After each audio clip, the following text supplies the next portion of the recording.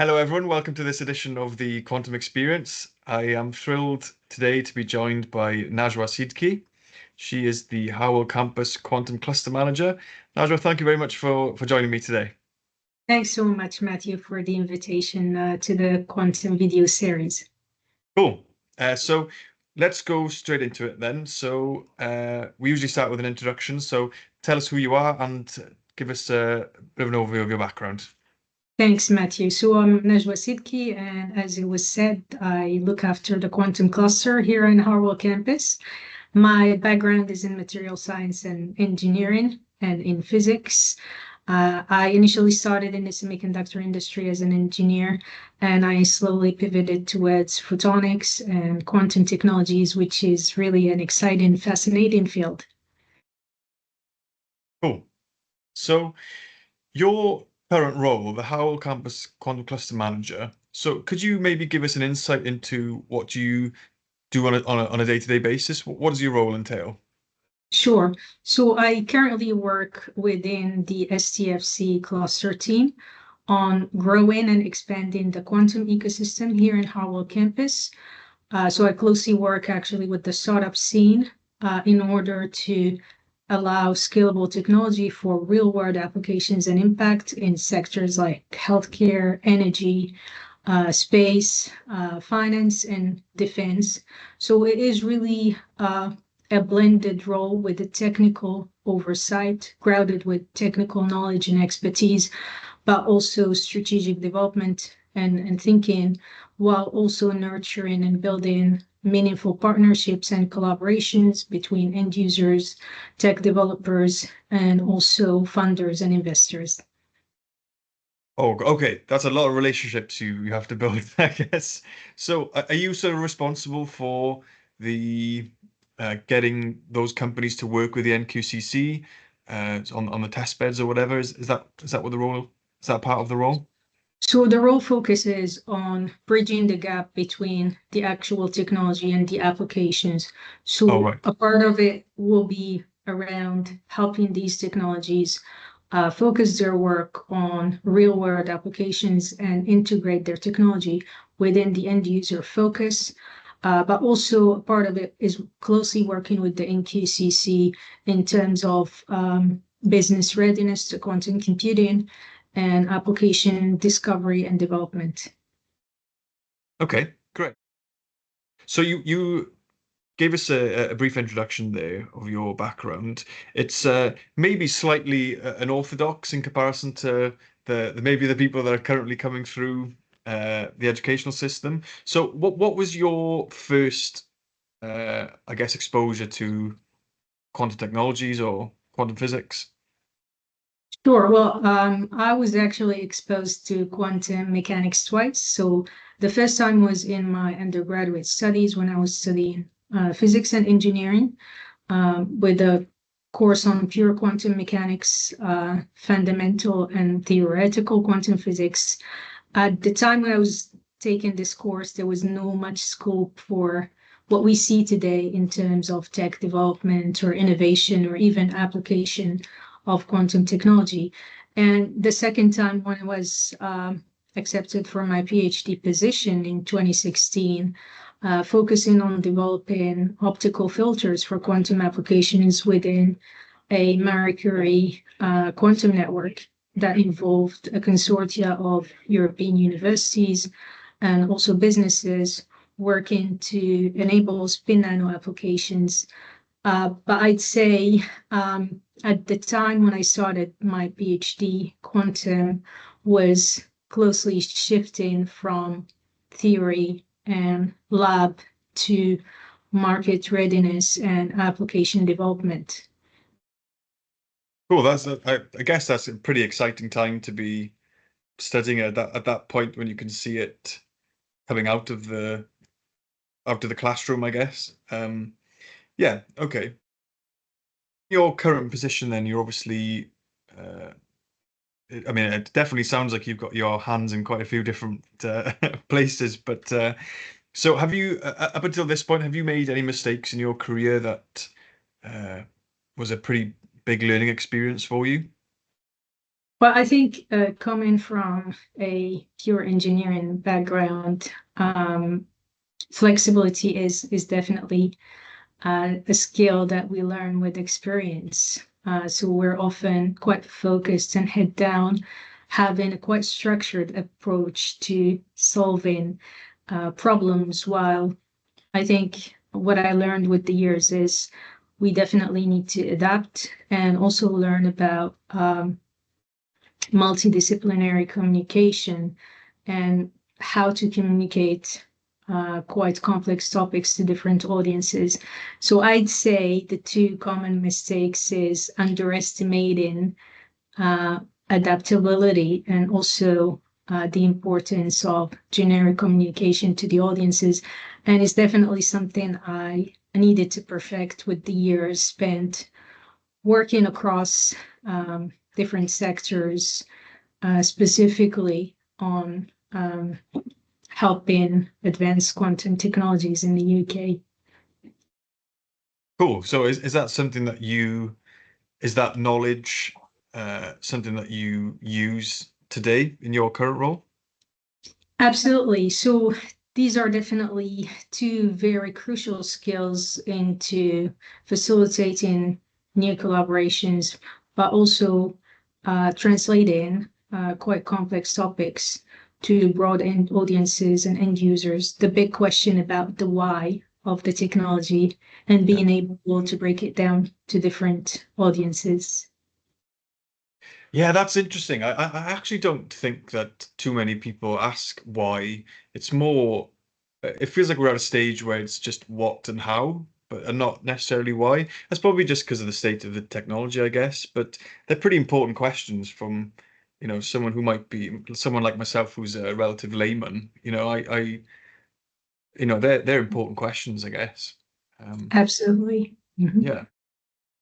Before we started recording here, we were talking about some of the people that have been messaging me. They're usually at bachelor's level, and I know you said you've spoken to a couple at sort of master's level. So, do you think that there's anything that employers could do differently, or even universities could do differently to help people enter or transition into the industry?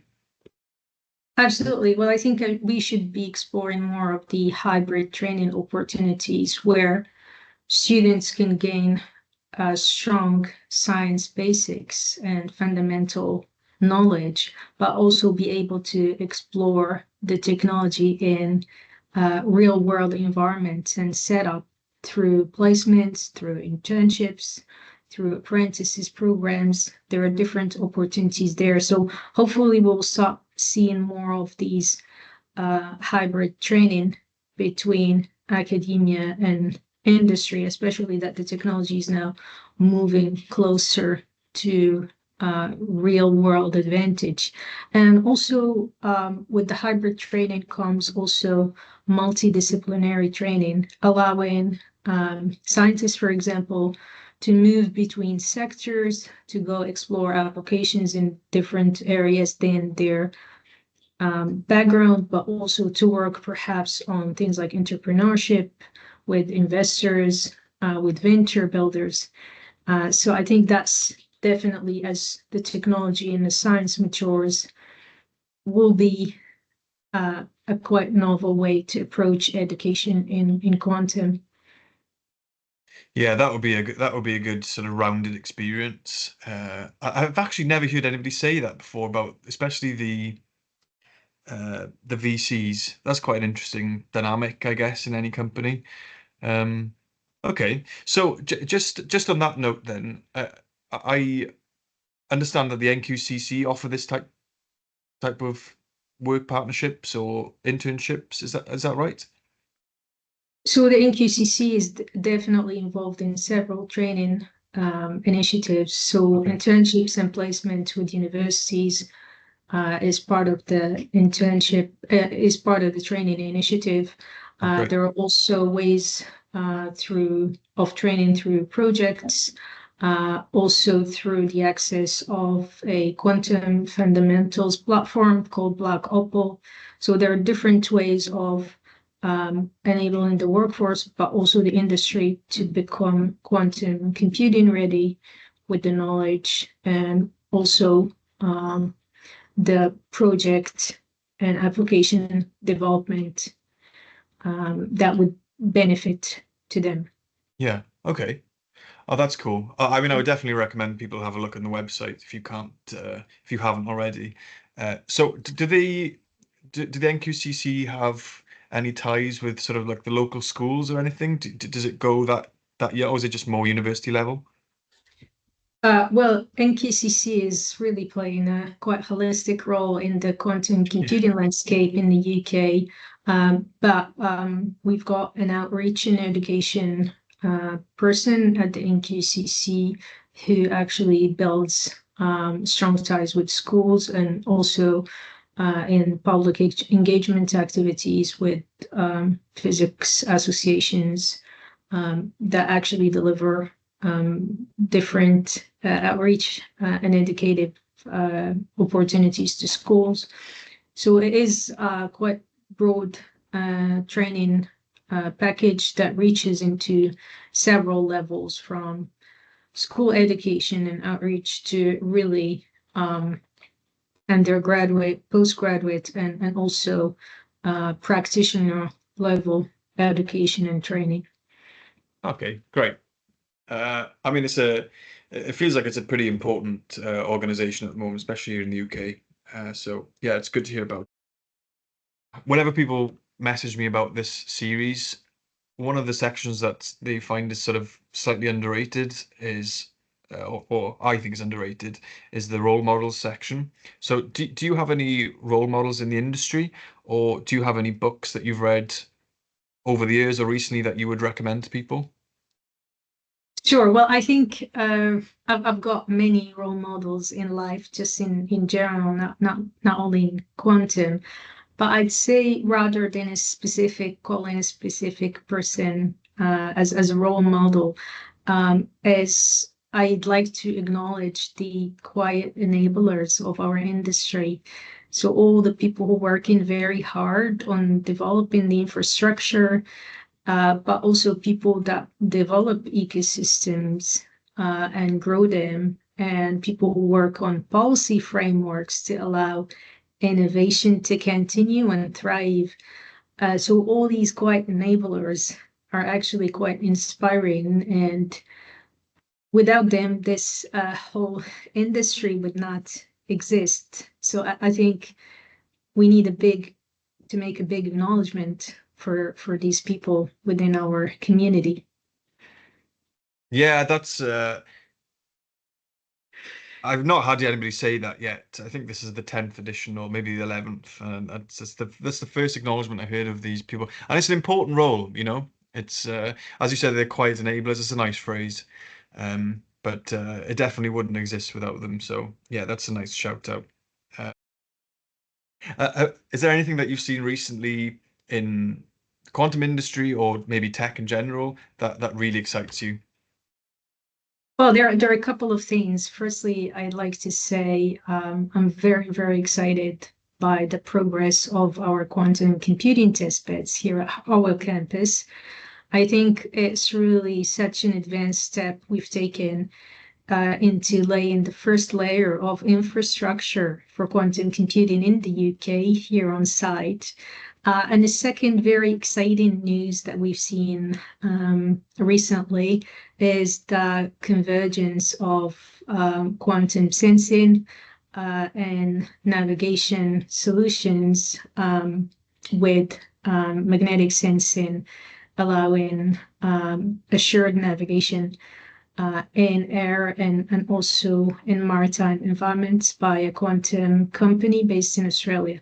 So I think these are the sort Wow. of two very exciting news or things that we very much look forward. Yeah, great. And I'm sure there'll be more to come this year and next. And yeah, I'm looking forward to reading about it. So yeah, Najwa, that's the end of the series. So I want to say thank you very much for taking the time Thank to speak. you.